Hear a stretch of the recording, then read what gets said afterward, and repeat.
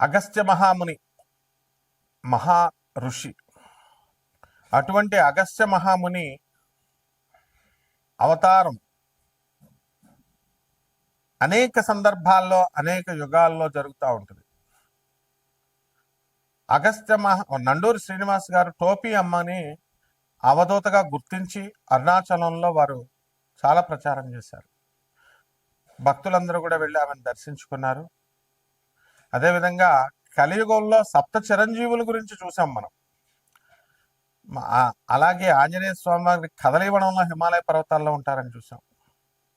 అలాగే దత్తావతారాలను చూసాం మనం. కాశీనాయన గారు, నాంపల్లి బాబా గారు, తాజుద్దీన్ బాబా గారు అవతారాలు చూసాం. అలాగే ఇప్పుడు కూడా ప్రజెంట్ మనకి ఎన్నో జిల్లాలలో మనం ఈ యొక్క దత్తావతారమూర్తులను మనం చూస్తున్నాం. అలాగే అగస్త్య మహాముని సాక్షాత్తు మహావతార్ బాబాజీ గారికి ఆయన క్రియాయోగాన్ని బోధించారని విన్నాం. మళ్ళీ ఆ అగస్త్య మహాముని కలియుగంలో ఈ 2025 సంవత్సరంలో రావులపాలెం గ్రామంలో దిలీప్ శర్మ గారిగా అవతరించారు. వారు చిన్న వయసు నుంచే మరి మీడియా రంగంలో ఉంటూ ప్రజలందరినీ కూడా ధార్మికంగా ముందుకు తీసుకెళ్తూ తనదైన శైలిలో వారు తీసుకెళ్తున్నారు.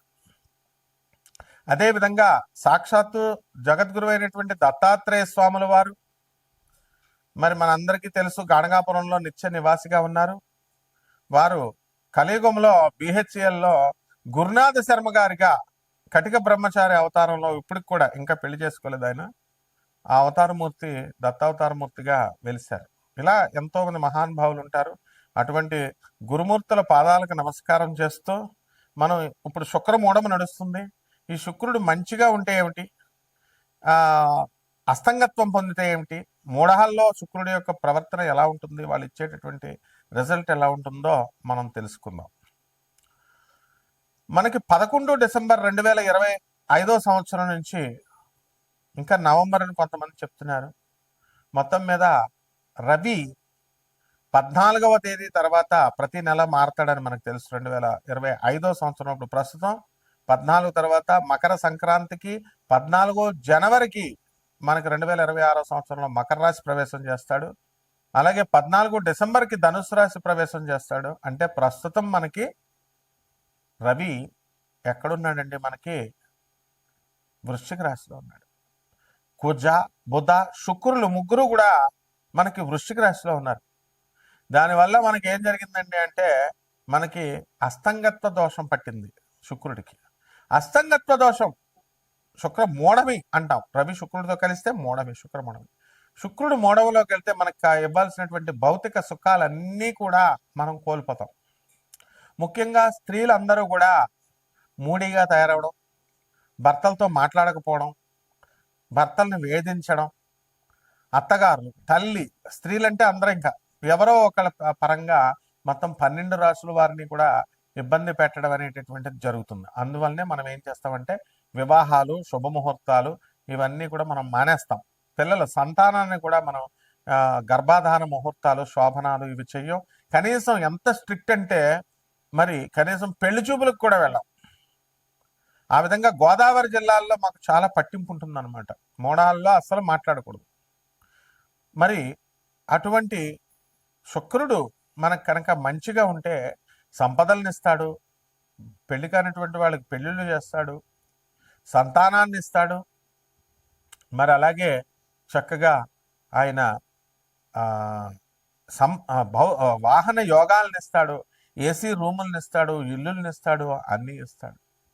శుక్రుడే బలం తగ్గిపోతే ఇంక మనకేం ఉంటుందండి ఇప్పుడు. కాబట్టి మళ్ళీ ఆ శుక్రమూఢం ఎప్పుడు దాకా పోతుంది? ఫిబ్రవరి 1వ తేదీ 2026 సంవత్సరం వరకు కూడా శుక్రమూఢం ఉంది మనకి. కాబట్టి ఆల్ శుభముహూర్తాలు బంద్. లాస్ట్గా అన్నప్రాసన కూడా చేయరు, గుండులు గీయించుకోరు, గడ్డాలు కూడా గీయించుకోరు. ఏదైనా దేవాలయాలకు వెళ్తే తలనీలాలు కూడా ఎవరు అంత స్ట్రిక్ట్గా ఫాలో అవుతారు గోదావరి జిల్లాలో. మా గురువుగారు అయినటువంటి రావులపాలెంలో ఉన్నటువంటి దిలీప్ సి శర్మ గారు, మరి వారు కటిక నిష్ఠా పరులు. అలాగే వైవిఎస్ గిరిరావు గారు గుంటూరు జిల్లా, ఆయన కూడా రోజుకు 2 పూట్ల ఉపాసన చేస్తాడు.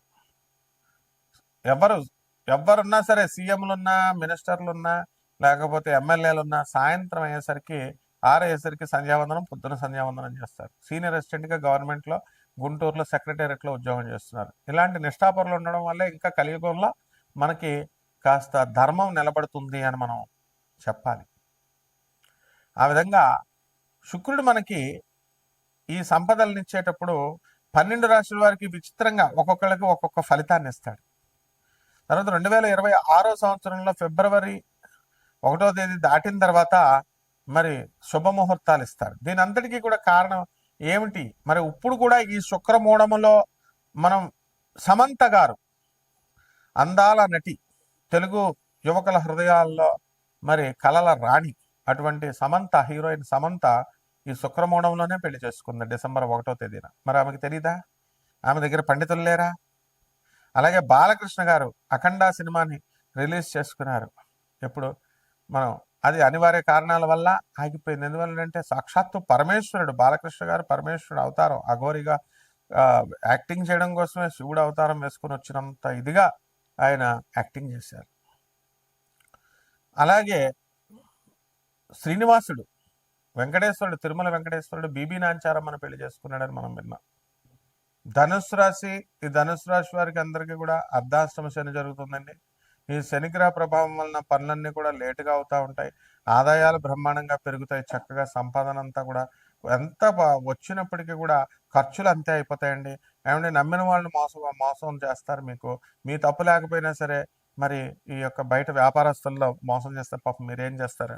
కాకపోతే ఆ సమస్యలు కొంతకాలంలో పరిష్కారం అవడానికి అవకాశాలు ఉంటాయి. దీని అంతటికీ కారణం ఏంటంటే మీరు కొత్త వాళ్ళు పాపం వచ్చిన వాళ్ళంతా కూడా గురువులంతా చెప్పినా సరే వినకుండా మా పాతోళ్ళండి మాకు చెప్పారండి అని అప్పుడు మంచి చేశారు, తర్వాత ఇప్పుడు దెబ్బేశారు మీకు వ్యాపారంలో కమిషన్ కోసం. ఏం చేస్తారు? తప్పదు. అలాగే కోటాను కోట్ల రూపాయలన్నీ కూడా మీకు చక్కగా తెచ్చుకున్నారు అప్పులు, ఎక్కువ వడ్డీకి. అటువంటివన్నీ కూడా మీకు చక్కగా జరిగిపోవడం జరుగుతుంది. వ్యాపారం సరిగ్గా సాగట్లేదు అని కొంచెం మానసిక ఆందోళన చెందుతూ ఉంటారు. అవన్నీ కూడా దాటిపోతారు మీరు ఎలాగోలాగా. తర్వాత ఈ ఉద్యోగాల్లో ఉన్నటువంటి వాళ్ళకు ప్రమోషన్లు వస్తాయి చక్కగా. గురుబలం కూడా చాలా అధికంగా ఉంది రేపు జూన్ 2వ తారీఖు 2024 సంవత్సరం వరకు. కాబట్టి చక్కగా మీరంతా కూడా ముందుకు వెళ్తారు. అండ్ సినిమా ఫీల్డ్లో ఉన్నటువంటి వాళ్ళు, టీవీ ఫీల్డ్లో ఉన్నటువంటి కళాకారులు, ఇతరులకు సంతోషాన్ని కలగజేసే వృత్తుల్లో ఉన్నటువంటి వాళ్ళు, మీకు అందరికీ కూడా ఆదాయాలు పెరుగుతాయి, పురస్కారాలు, గౌరవాలు దొరుకుతాయి. సినిమా హీరోలే కాదండి, టీవీ హీరోలు, టీవీ ఆర్టిస్టులు, టెక్నీషియన్ స్టాఫ్, ప్రొడక్షన్, ప్రతి ఒక్కళ్ళు కూడా పేద ప్రజలందరికీ కూడా మంచి ఆనందాన్ని ఇవ్వాలనుకుంటున్నారు. కాబట్టి శుక్రుడు డౌన్లో ఉన్నా కూడా మీకు బ్రహ్మాండంగా మీకు మంచి లాభాలు చేస్తాడు. పెళ్లి కానిటువంటి వాళ్ళందరికీ కూడా వివాహాలు చేసేస్తాడు. ఈ రకంగా మీ అందరికీ కూడా ఎంతో మంచి జరుగుతుందన్నమాట.